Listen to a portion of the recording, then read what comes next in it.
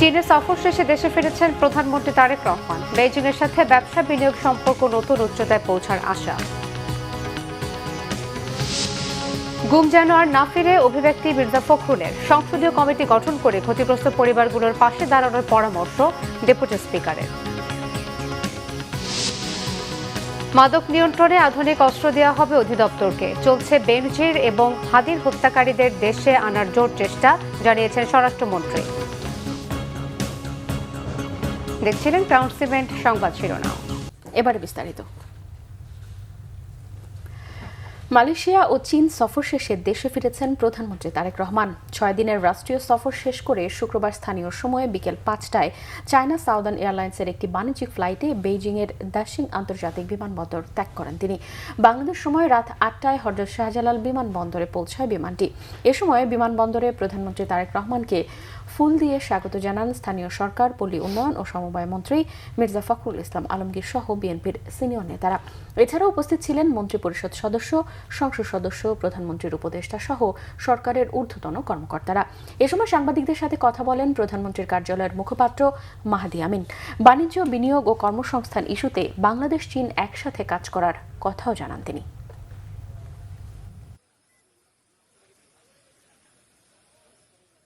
বাংলাদেশের স্বার্থ সংশ্লিষ্ট প্রতিটি বিষয় নিয়ে মাননীয় প্রধানমন্ত্রী মালয়েশিয়ার রাজা এবং প্রধানমন্ত্রী এবং চীনের প্রিমিয়ার এবং প্রেসিডেন্টের সাথে ডিটেলে আলোচনা করেছেন। বাংলাদেশের স্বার্থ, বাংলাদেশের সার্বভৌমত্ব এবং বাংলাদেশের বিনিয়োগ কীভাবে বৃদ্ধি করা যায়, বাণিজ্যের প্রসার কীভাবে করা যায়, কর্মসংস্থান কীভাবে সৃষ্টি করা যায়। এর আগে গুরুত্বপূর্ণ বৈঠক করেছেন চীনের প্রেসিডেন্ট শি জিনপিং এর সাথে। এতে বাণিজ্য, বিনিয়োগ ও কর্মসংস্থানের পাশাপাশি দুদেশের জনগণের মধ্যে যোগাযোগ বাড়ানোর মাধ্যমে সম্পর্ক নতুন উচ্চতায় পৌঁছানোর আশা তারেক রহমানের। বিস্তারিত জাহাঙ্গীর আকন্দের রিপোর্টে। চীন সফরের শেষ দিনে শুক্রবার সকালে গ্রেট হলে প্রধানমন্ত্রী তারেক রহমান বৈঠক করেন চীনের প্রেসিডেন্ট শি জিনপিং এর সাথে। আলোচনা হয় দ্বিপাক্ষিক বিভিন্ন বিষয় নিয়ে। বৈঠকে চীনের প্রেসিডেন্ট বাংলাদেশে তারেক রহমানের নেতৃত্বের প্রশংসা করেন। বাংলাদেশের উন্নয়নে দীর্ঘমেয়াদে সমর্থন থাকবে চীনের। They will support Bangladesh's Prime Minister, Honorable Tariq Rahman, to lead the country towards prosperity. China is ready to align with Bangladesh's development. সফর নিয়ে সংবাদ সম্মেলনে কথা বলেন প্রধানমন্ত্রী কার্যালয়ের মুখপাত্র মাহাদি আমিন। তিনি জানান, চীনের পক্ষ থেকে বাংলাদেশ মিয়ানমার চীনের ইকোনমিক করিডোরের প্রস্তাব দেওয়া হয়েছে। প্রেসিডেন্ট শি জিনপিং এর সাথে মাননীয় প্রধানমন্ত্রী জনাব তারেক রহমানের এবং সেখানে প্রস্তাবনা এসছে যে কিভাবে বাংলাদেশ থেকে মায়ানমার এবং চীন হয়ে একটি ইকোনমিক করিডোর তৈরি করা যায়, যে ইকোনমিক করিডোরের মূল উদ্দেশ্য হবে বাংলাদেশের অর্থনীতিকে আরো ব্যাপ্তি বাড়ানো, ইকোনমিক ট্রানজ্যাকশন বাড়ানো এবং মাল্টিমোডাল ট্রান্সপোর্টেশনটাকে আরো এনহ্যান্স করা। উপদেষ্টারা জানান, প্রতিরক্ষা বিষয়ে দুই দেশের পররাষ্ট্র মন্ত্রণালয় ও সামরিক কর্মকর্তারা নিয়মিত ভিত্তিতে আলোচনা করবেন। একই সাথে এক চীন নীতিতে বিশ্বাস করে বাংলাদেশ। ওয়ান চায়না পলিসি, অর্থাৎ চায়নাকে আমরা একটি একক রাষ্ট্র হিসেবে দেখি, যার ভিতর তাইওয়ানও অন্তর্ভুক্ত রয়েছে, সেটি সুসংহতভাবে সুনিশ্চিত করেছেন। This visit to the People's Republic of China will always remain a historic point, a point from which Bangladesh projects its positive influence in the region and the world. সংবাদ সম্মেলনে জানানো হয়, রোহিঙ্গা প্রত্যাবাসনে বাংলাদেশ মিয়ানমার আলোচনায় সহায়তা করবে চীন। ব্রিক্সের সদস্য পেতে বাংলাদেশ আবেদন করলে চীন পাশে থাকবে বলেও জানানো হয় সংবাদ সম্মেলনে। এদিকে সকালে চীনের ঐতিহাসিক তিয়ানআনমেন স্কয়ারের স্মৃতিস্তম্ভে চীনের বিপ্লবী বীরদের প্রতি পুষ্পস্তবক অর্পণ করে শ্রদ্ধা জানিয়েছেন প্রধানমন্ত্রী তারেক রহমান। পুষ্পস্তবক অর্পণের পর প্রধানমন্ত্রী কিছুক্ষণ নীরবে দাঁড়িয়ে চীনের বিপ্লবী বীরদের স্মৃতির প্রতি গভীর শ্রদ্ধা জানান। এ সময় দুদেশের জাতীয় সঙ্গীত পরিবেশন করা হয়। বিউগলে বেজে ওঠে করুণ সুর। এ সময় প্রধানমন্ত্রী সঙ্গে ছিলেন তার স্ত্রী ডাক্তার জুবাইদা রহমান সহ তার সফর সঙ্গীরা। প্রধানমন্ত্রীর চীন সফরের মধ্য দিয়ে ঢাকা বেইজিং সম্পর্ক নতুন উচ্চতায় যাবে বলে আশা করছেন বিশ্লেষকরা। একই সঙ্গে শিক্ষা, স্বাস্থ্য ও অবকাঠামো খাতে বাংলাদেশে চীনের বিনিয়োগ বাড়বে বলে আশা করা হচ্ছে। জাহাঙ্গীর আকন্দ, বাংলাভিশন, বেইজিং, চীন। প্রধানমন্ত্রী তারেক রহমানের সফর চীন বাংলাদেশ সম্পর্ককে নতুন দিগন্তে নেবে বলে মত বিশ্লেষকদের। তারা বলছেন, দেশের ভঙ্গুর অর্থনৈতিক পুনরুদ্ধারে চীনা বিনিয়োগ ও বাণিজ্য গুরুত্বপূর্ণ অবদান রাখবে। সেই সাথে কূটনৈতিক ও সামরিক ক্ষেত্রে নৈকট্য আসবে। নাবিল জাহাঙ্গীরের রিপোর্টে বিস্তারিত। 4 দিনের চীন সফরে দেশটির গুরুত্বপূর্ণ ব্যবসায়ী, মন্ত্রী, প্রধানমন্ত্রী এবং রাষ্ট্রপতির সাথে তারেক রহমানের বৈঠকে ঘুরে ফিরে এসেছে ব্যবসা বিনিয়োগের কথা। দুদেশের মধ্যে 13টি সমঝোতা স্মারক ও 2টি চুক্তিও সই হয়েছে। এর মধ্য দিয়ে ঢাকা বেজিং কূটনৈতিক সম্পর্ক নতুন উচ্চতায় পৌঁছাবে বলে মনে করছেন কূটনৈতিক ও রাজনৈতিক বিশ্লেষকরা। বিশেষ করে চীনা বিনিয়োগ ও অর্থনৈতিক সহায়তার দুয়ার খুলবে বলে আশাবাদী তারা। বিজনেস কমিউনিটির সাথে মিটিং যেটা প্রধানমন্ত্রী করেছেন, আমার মনে হয় যদি যে অর্থে আমাদের এই সফরটা, সেটা হচ্ছে যে চীনের কাছ থেকে আর্থিক সহায়তা লাভ করা, সেটা বিনিয়োগ বলেন অন্যান্যভাবে বলেন, তাহলে এই জায়গাটাতেই খানিকটা সুযোগ আমাদের জন্য তৈরি হতে পারে। চুক্তির ফলে চীনা বিনিয়োগ যদি কিছু আসে, কিছু আর্থিক সাহায্য আমাদের জন্য বা সহায়তা যদি আসে, তাহলে সেটাকে আমি ইতিবাচকভাবে। সফরটিতে ভূরাজনীতি ও নিরাপত্তার ভারসাম্য রক্ষার লক্ষণও দেখা হচ্ছে। মানে চীনের সাথে আমাদের যে সখ্যতাটা, সেটা একটা স্ট্র্যাটেজিক এবং কৌশলগত সম্পর্ক। এখানে অনেক কিছু আছে, আঞ্চলিক এবং আন্তর্জাতিক বিষয়াবলী আছে। এখানে আমাদের ন্যূনতম ডেটারেন্স দরকার, সাম্যাবস্থা দরকার। আমাদের এখানে রোহিঙ্গা সমস্যা সমাধানের জন্য চীনের সহায়তা দরকার। আপনি এটা কোনোভাবেই তাদের সহায়তা ছাড়া পারবেন না। এই যে বার্মা অ্যাক্ট বাস্তবায়ন হচ্ছে, ব্রেভ বার্মা অ্যাক্ট মার্কিন যুক্তরাষ্ট্রের সহযোগিতায়, এই বিষয়গুলো তো আমাদেরকেও এফেক্ট করে। আমাদেরও হিল ট্র্যাক্সের ব্যাপার আছে, আমাদেরও অন্যান্য বিষয়ে দেখতে হয়। বাংলাদেশের পররাষ্ট্র নীতিতে ভারত ও পশ্চিমা দেশগুলোর উপর নির্ভরতার পরিবর্তে পূর্বমুখী নীতির প্রতিফলন দেখছেন বিশ্লেষকরা। কিন্তু আমরা মালয়েশিয়া এবং চীন সফর একসাথে করে বার্তাটা দিলাম যে রাজনীতিটা আমরাই করছি, আমরা আমাদের পররাষ্ট্রনীতি ঠিক করি, আমরা আমাদের ভূ রাজনীতি ঠিক করি, সো আমাদের ভূ রাজনীতি পররাষ্ট্রনীতির উপরে অন্যের প্রভাব নাই। এই কথা কিন্তু আমরা বিশ্বকে বুঝিয়ে দিলাম। সাবেক প্রধানমন্ত্রী বেগম খালেদা জিয়ার সময় কিন্তু একটা গুরুত্বপূর্ণ প্রভাব ছিল আমাদের পররাষ্ট্রনীতিতে, পূর্বনীতি। তো সেক্ষেত্রে আমরা কিন্তু এটা আবার কিছুটা আমরা এখন বর্তমান প্রধানমন্ত্রী তারেক রহমানের সময় দেখতে পাচ্ছি। চীনের সাথে এই বন্ধুত্ব বাংলাদেশকে সমৃদ্ধির পথে আরও এগিয়ে নেয়ার সমীকরণ হিসেবেও দেখছেন অনেকে। দক্ষিণ পূর্ব এশিয়ার দিকে আমাদের ফোকাস আসতেছে। নাবিল জাহাঙ্গীর, বাংলা ভিশন, ঢাকা। স্থানীয় সরকার মন্ত্রী ও বিএনপি মহাসচিব মির্জা ফখরুল ইসলাম আলমগীর বলেছেন, এই সরকার গুমের ঘটনার সাথে যুক্ত হতে চায় না। আবার যেন এ ধরনের ঘটনার পুনরাবৃত্তি না ঘটে, তার জন্য সমানভাবে বিরোধিতা করতে হবে।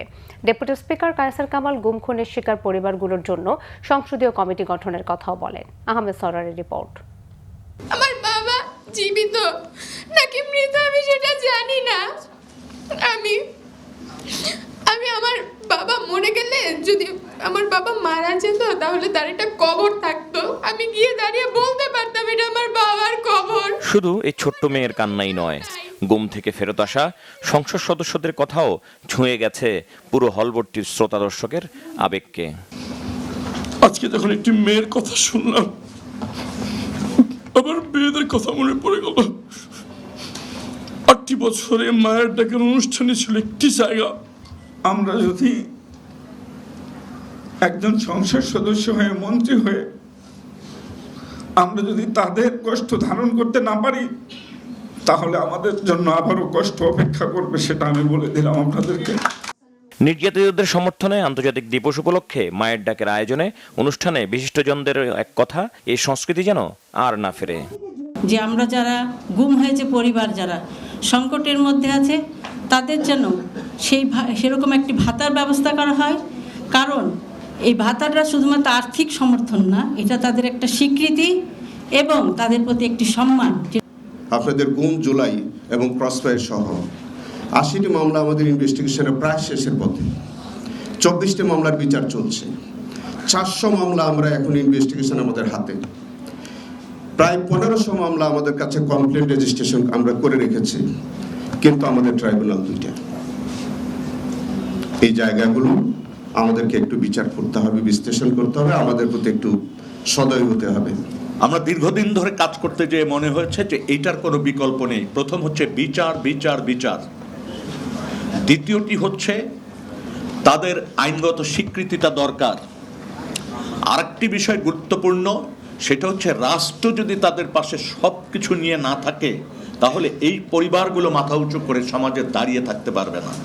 Deputy speaker barrister Kaiser Kamal বলেন, ফ্যাসিস্ট সরকারের আমলে মায়ের ডাক ছিল একটি আলোকবর্তিকা। তাদের কান্নায় সারা দেশ ব্যথিত হয়েছে, পতন হয়েছে সরকারের। We have been crying last 17 years. এখন কান্নার সময় নয়, এখন আমাদের অধিকার আদায়ের সময়, এখন ন্যায় বিচার পাওয়ার সময়।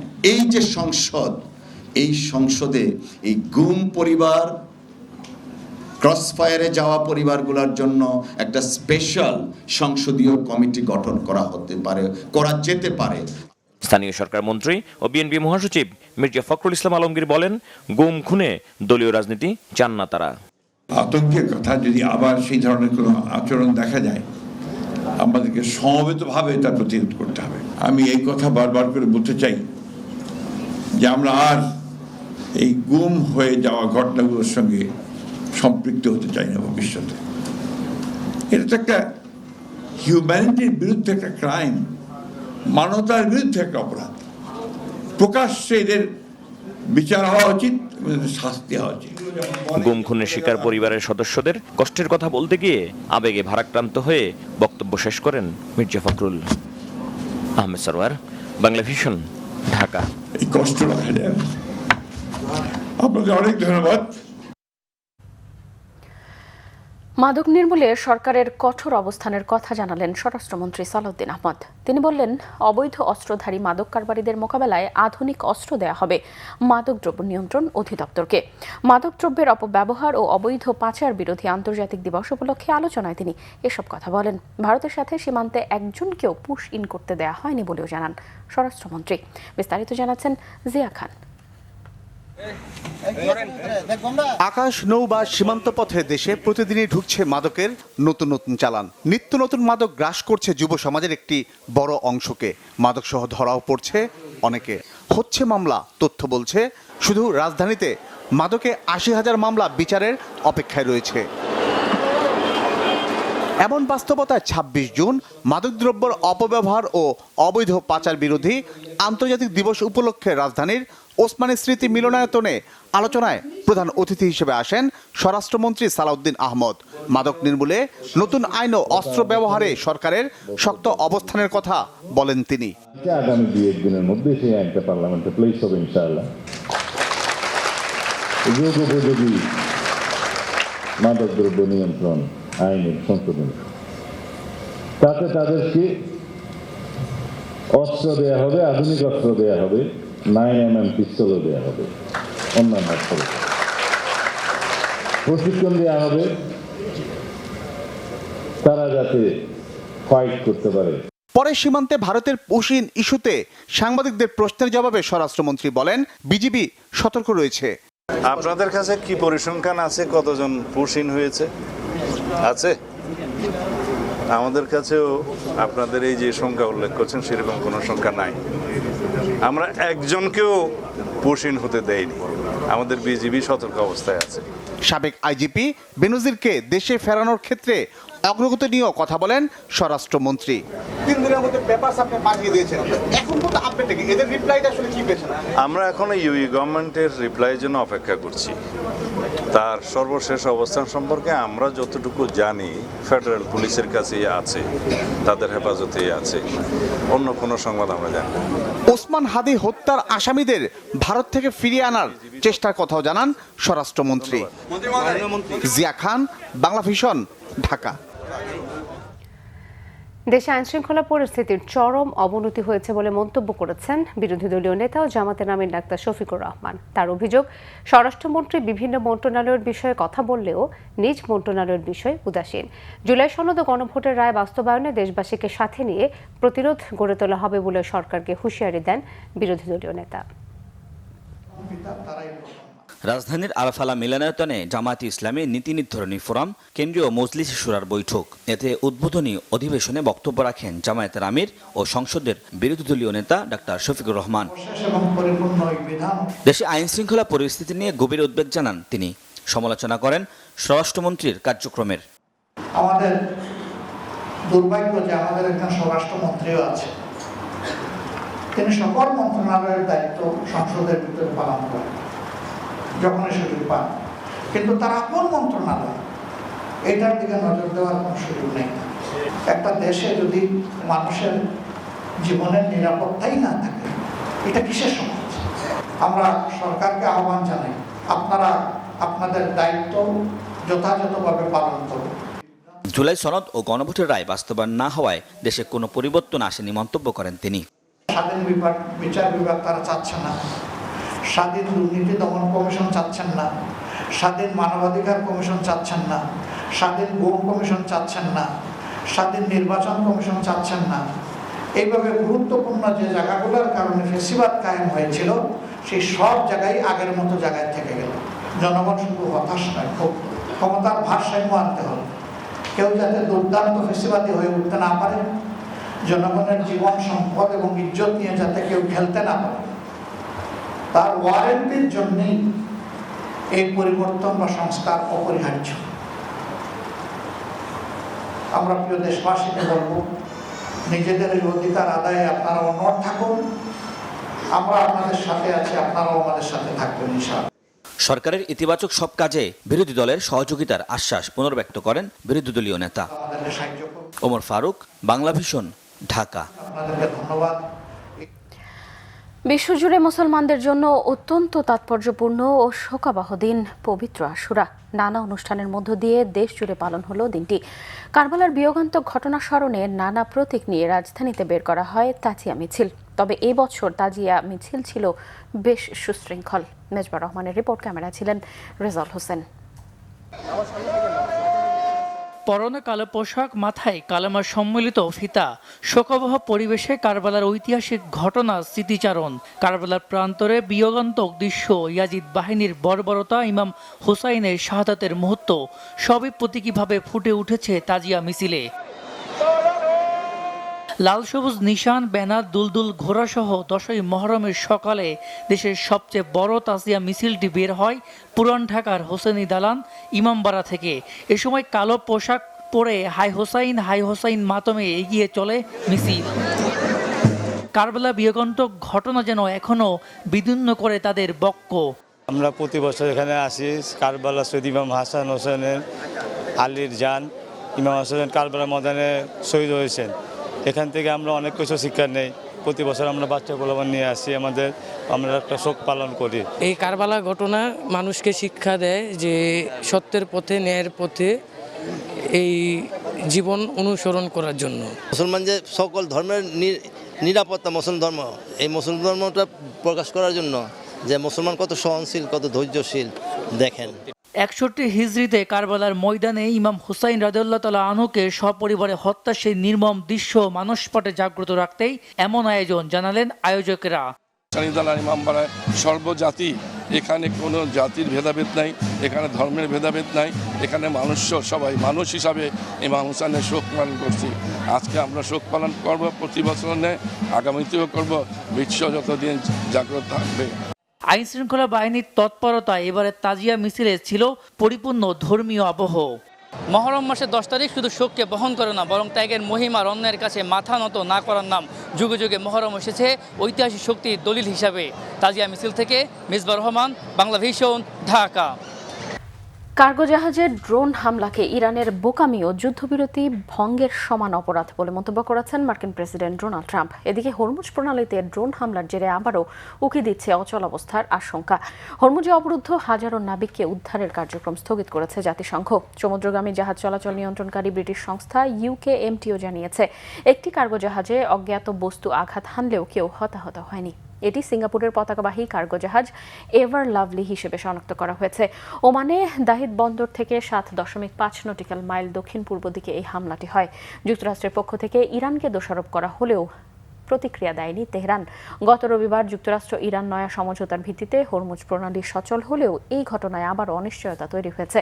হরমুজের দীর্ঘদিন অবরুদ্ধ নাবিকদের উদ্ধারে অভিযান নিরাপত্তাহীনতায় স্থগিত করেছে জাতিসংঘের আন্তর্জাতিক সমুদ্র সংস্থা IMO। এতে অন্তত 11,000 নাবিককে উদ্ধারের কার্যক্রম শুরু না হতেই থমকে গেল। হরমুজ প্রণালীতে ইরানের সাথে সমন্বয় না করলে আর বেঁধে দেয়া নিয়ম না মানলে বিপদে পড়ার হুঁশিয়ারি দিয়েছে IRGC। আসন্ন HSC পরীক্ষার প্রশ্নপত্র ফাঁস নিয়ে কেউ মিথ্যে তথ্য দিলে সাথে সাথে পুলিশ তাকে আটক করবে। হুঁশিয়ারি দিয়েছেন শিক্ষামন্ত্রী ডক্টর আ.ন.ম এহসানুল হক মিলন।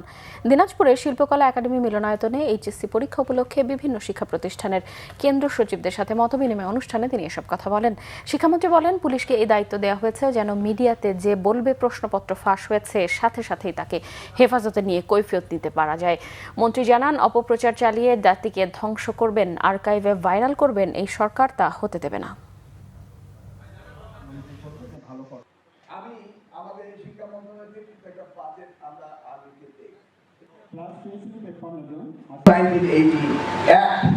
আমরা নতুন ভাবে এবার সংসদে এনেছি যে যদি কেউ প্রশ্নপত্র আউট হয় এবং তার সাথে সংশ্লিষ্ট থাকে, এমন ব্যবস্থা নেওয়া হবে যে সারা জীবনের জন্য মনে থাকে। এবার যদি কেউ প্রশ্নপত্র নিয়ে বিরূপ মন্তব্য করেন, সাথে সাথে তাকে পুলিশ আটকাবে। সিলেটের ঐতিহাসিক হযরত শাহজালাল রহমতুল্লাহি আলাইহির দরগার উন্নয়ন ও দানের টাকা ব্যবস্থাপনায় স্বচ্ছতা নিশ্চিতে সমন্বিত উদ্যোগ নেওয়া সহ এই বিষয়ে একটি কাঠামো নির্ধারণের কথা জানিয়েছেন বাণিজ্যমন্ত্রী খন্দকার আব্দুল মুক্তাদির। সিলেট সার্কিট হাউসে জরুরি সভা শেষে তিনি একথা জানান। বাণিজ্যমন্ত্রী জানান, দরগার উন্নয়ন, দানের অর্থ ব্যবস্থাপনা ও সার্বিক কার্যক্রমে যৌক্তিক সমাধানে পৌঁছাতে সংশ্লিষ্ট সব পক্ষের সঙ্গে আলোচনা হয়েছে। আর্থিক হিসেবে স্বচ্ছতা আনতে ঐক্যমত্যে পৌঁছেছেন তারা। বাণিজ্যমন্ত্রীর নেতৃত্বে বিভাগীয় ও জেলা প্রশাসন, পুলিশ প্রশাসন, সিলেট সিটি কর্পোরেশন, সিলেট উন্নয়ন কর্তৃপক্ষ এবং দরগাহ মসজিদ মাদ্রাসার প্রতিনিধিদের সমন্বয়ে একটি কমিটি গঠন করা হয়েছে। এই কমিটি আগামী 1 মাসের মধ্যে ভবিষ্যৎ কর্মপন্থা নির্ধারণ করবে। জানান, আপাতত বিদ্যমান কমিটি নিয়ম অনুযায়ী দানের টাকা গুনে ব্যাংক হিসেবে জমা রাখা হবে। আগামী দিনে কিভাবে সামগ্রিক ব্যবস্থাপনাটা একটা স্বচ্ছ প্রক্রিয়ায় সম্পন্ন হবে সেটা ঠিক করার জন্যই আজকে আমরা একটা কমিটি করে দিলাম, একটা কাঠামো করলাম। ইনশাল্লাহ আগামী 1 মাসের মধ্যেই এই কমিটি তার কাজ সম্পন্ন করবেন এবং সেই স্থিরীকৃত পদ্ধতিটি আমরা সারা দেশের মানুষের কাছে উপস্থাপন করব আপনাদের মাধ্যমে। দেশে সাইবার নিরাপত্তার সক্ষমতা জোরদার এবং ডিজিটাল স্থিতিশীলতা নিশ্চিতের লক্ষ্যে রাজধানীতে শুরু হয়েছে 2 দিনব্যাপী আন্তর্জাতিক সম্মেলন ফিনিক্স সামিট 2026। শুক্রবার রাজধানীর বাংলাদেশ চীন মৈত্রী সম্মেলন কেন্দ্রে অনুষ্ঠিত উদ্বোধনী অনুষ্ঠানে প্রধান অতিথি হিসেবে উপস্থিত ছিলেন তথ্য ও সম্প্রচার মন্ত্রী ইয়াসের খান চৌধুরী। তিনি বলেন, সাইবার নিরাপত্তা জোরদারে বর্তমান সরকারের নানা পরিকল্পনা রয়েছে। এ ধরনের সম্মেলনের মাধ্যমে অংশগ্রহণকারীরা আধুনিক সাইবার নিরাপত্তা সম্পর্কে জ্ঞান অর্জন করে দেশের ডিজিটাল নিরাপত্তা নিশ্চিত করতে গুরুত্বপূর্ণ ভূমিকা রাখবে। সম্মেলনে সাইবার নিরাপত্তা, ডিজিটাল রেজিলিয়েন্স, জাতীয় গুরুত্বপূর্ণ অবকাঠামো সুরক্ষা, উদীয়মান প্রযুক্তি এবং বৈশ্বিক সাইবার ঝুঁকি মোকাবেলা সহ বিভিন্ন বিষয়ে বিশেষজ্ঞদের অংশগ্রহণে একাধিক সেশন অনুষ্ঠিত হবে।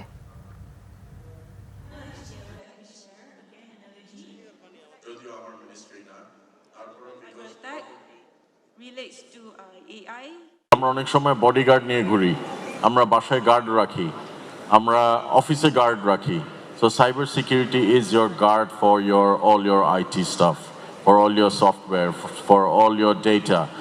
Data security is very important, I think, particularly for banks, particularly for financial institutions, and definitely for the government. City কর্পোরেশনের একার পক্ষে ডেঙ্গু নিয়ন্ত্রণ সম্ভব নয় বলেছেন স্থানীয় সরকার, পল্লী উন্নয়ন ও সমবায় প্রতিমন্ত্রী মীর শাহে আলম। শুক্রবার ডেঙ্গু সহ মশাবাহিত রোগ প্রতিরোধে গঠিত জাতীয় টাস্ক ফোর্সের উদ্যোগে বনানীতে এডিস মশার লার্ভা অনুসন্ধান ও ধ্বংসে বিশেষ অভিযান শেষে তিনি এসব কথা বলেন। প্রতিমন্ত্রী বলেন, অভিযান চললেও একটি সফল করতে নগরবাসীর সক্রিয় অংশগ্রহণই সবচেয়ে গুরুত্বপূর্ণ। বাড়ির ছাদ, আঙিনা, ফুলের টব, ডাবের খোসা, রঙের কৌটা, পুরনো টায়ারে জমে থাকা পানি পরিষ্কারের জন্য নাগরিকদের আহ্বান জানান তিনি। প্রতিমন্ত্রী জানান, ঢাকা উত্তর সিটি কর্পোরেশনের আঞ্চলিক ও ওয়ার্ড কার্যালয়গুলো থেকে বিনামূল্যে মশার লার্ভা ধ্বংসকারী ট্যাবলেট সংগ্রহ করা যাবে। এসবে সাংবাদিকদের এক প্রশ্নের জবাবে তিনি বলেন, সরকারি কোয়ার্টারগুলোতেও একই ধরনের সতর্কতামূলক ব্যবস্থা গ্রহণে মন্ত্রণালয় প্রয়োজনীয় উদ্যোগ নেবে। আমাদের উদ্দেশ্য তো জরিমানা করা না, শেষ করি আমি জাস্ট একটু সচেতন হওয়ার জন্য যে আমরা দুই পথেই হাঁটছি, সচেতন করছি, জরিমানাও করছি। এখন সবাইকে একটু অ্যালার্মিং করা, সচেতন করা, এটাই মূল উদ্দেশ্য। 6 শিশুর মৃত্যুর দায়ে হাসপাতাল বন্ধ করা হলে হামে 600-রও বেশি শিশুর মৃত্যুর দায়ে স্বাস্থ্যমন্ত্রী পদত্যাগ করবেন কিনা এমন প্রশ্ন তুলেছেন বাংলাদেশ জামায়াতে ইসলামের ঢাকা মহানগর উত্তরের আমির মোহাম্মদ সেলিম উদ্দিন। শুক্রবার সকালে রাজধানীর ভাটারায় ফ্রি মেডিকেল ক্যাম্প ও বিনামূল্যে ঔষধ বিতরণ অনুষ্ঠানে তিনি বলেন, অব্যবস্থাপনা ও অদক্ষতার কারণে দেশে হামের পরিস্থিতি ভয়াবহ হয়েছে। দ্রুত টিকার পর্যাপ্ত মজুদ, হাসপাতাল শয্যা ও আইসিইউ বাড়ানো, স্বাস্থ্যসেবায় স্বচ্ছতা নিশ্চিত করা এবং জাতীয় সংকটে বেসরকারি হাসপাতালগুলোর সম্মিলিত অংশগ্রহণের দাবি জানান তিনি। পাশাপাশি নির্বাচিত হলে ঢাকা উত্তর সিটির প্রতিটি ওয়ার্ডে স্বাস্থ্য সেবা পৌঁছে দেয়া এবং ছানি আক্রান্ত রোগীদের বিনামূল্যে অপারেশন ব্যবস্থা করারও প্রতিশ্রুতি দেন। কর্মীদের উৎসাহ, পারস্পরিক সম্প্রীতি এবং প্রতিষ্ঠানের ভবিষ্যৎ পরিকল্পনা তুলে ধরতে নারায়ণগঞ্জের রূপগঞ্জে অনুষ্ঠিত হয়েছে ব্রিটেক এক্সপোর্ট গো টুগেদার 2026। দিনব্যাপী আয়োজন চলে রূপগঞ্জের সিশেল পার্কে। অংশ নেন ব্রিটেক এক্সপোর্টের কর্মকর্তা কর্মচারী, ব্যবসায়িক অংশীদার এবং অতিথিরা। নিবন্ধনের মাধ্যমে অনুষ্ঠানের সূচনা হয়। এরপর খেলাধুলা, বিভিন্ন বিনোদনমূলক আয়োজন এবং মধ্যাহ্নভোজের অংশ নেন উপস্থিত সবাই। অনুষ্ঠানের প্রধান অতিথি ছিলেন ব্রিটেক এক্সপোর্টের চেয়ারম্যান শফিকুল ইসলাম। উপস্থিত ছিলেন এমডি রফিকুল ইসলাম, সিইও তারিকুল ইসলাম সহ ব্রিটেক এক্সপোর্টের কর্মকর্তা কর্মচারীরা। অনুষ্ঠানের প্রতিষ্ঠানের কার্যক্রম, অর্জন এবং ভবিষ্যৎ পরিকল্পনা নিয়ে বিস্তারিত আলোচনা হয়। এছাড়াও 2025 সালে বিভিন্ন ক্ষেত্রে বিশেষ অবদান রাখা কর্মকর্তা কর্মচারীদের সম্মাননা স্মারক ও পুরস্কার দেওয়া হয়। পরে মনোজ্ঞ সাংস্কৃতিক অনুষ্ঠানে অংশ নেন প্রতিষ্ঠানের সদস্যরা। আনন্দ, উচ্ছ্বাস, সম্মাননা প্রদান এবং সাংস্কৃতিক আয়োজনের মধ্য দিয়ে শেষ হয় ব্রিটেক এক্সপোর্ট গো টুগেদার 2026। আয়োজকরা জানান, কর্মীদের মধ্যে সৌহার্দ্য, দলগত সমন্বয় এবং প্রতিষ্ঠানের প্রতি দায়বদ্ধতা আরও বাড়াতে এই ধরনের আয়োজন নিয়মিত অব্যাহত থাকবে।